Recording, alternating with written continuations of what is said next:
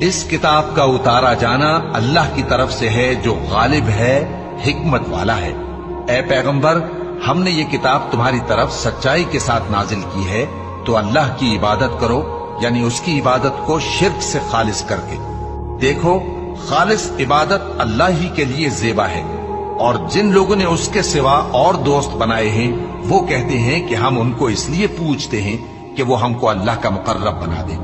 تو جن باتوں میں یہ اختلاف کرتے ہیں اللہ ان میں ان کا فیصلہ کر دے گا۔